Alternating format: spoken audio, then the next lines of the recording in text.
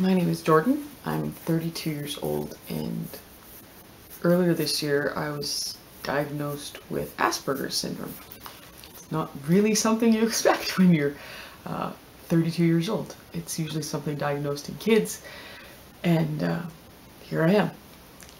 Earlier this year, I was really struggling with the reality of what I was feeling, struggling with depression, thoughts of suicide, fighting with that because that's not things a Christian should feel. You're not supposed to be depressed. You're not supposed to want to end it all. So I was fighting with that versus knowing who I am in Christ, but those two weren't reconciling with each other, and I just couldn't get it together. And my family started to notice, and they started to not want to be around me. It was getting pretty bad, so my mom decided to send me to a counselor. So in talking to the counselor, we came to the conclusion that I was most likely autistic. And that's not something you really expect when you're in your 30s. And how do you deal with it? It's not something that goes away. It's not something that can be cured. It's hard. You know that something's different, that something's wrong, but it can't just be fixed. You can't just take medicine and it's all good. But in the diagnosis, it was on one side a relief. I'd grown up asking my mom so many times, what's wrong with me? I don't know what's wrong with me. And I'd sit and I'd cry, and I'd want to have friendships, but I didn't know how to be a friend. I didn't know how to make friends. I didn't know how to talk to people. I didn't know how to approach people.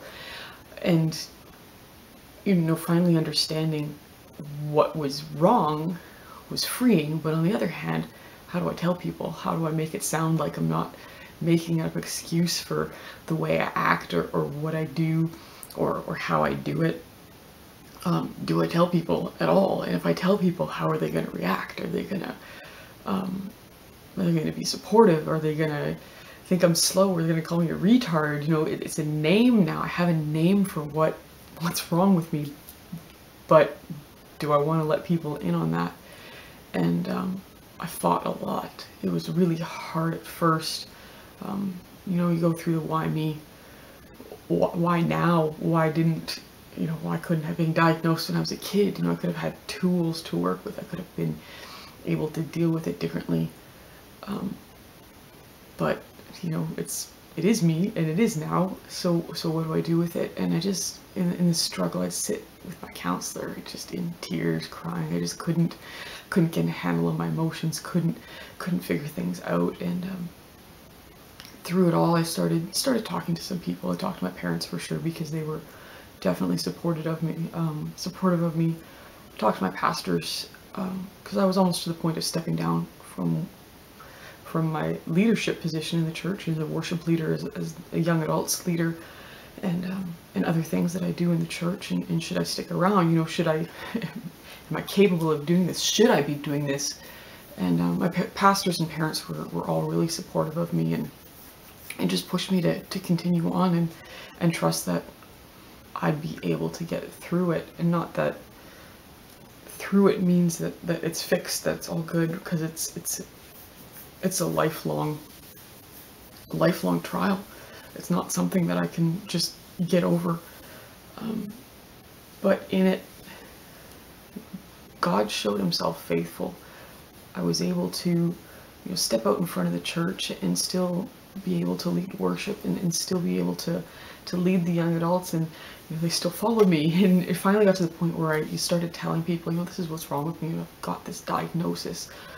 Just be patient. And the support that suddenly came out was unbelievable. I really didn't think that people would get it, that even it's hard to describe. Just my family just coming out and loving and saying they're praying for me and supporting me in this thing that I'm going through, and working through it.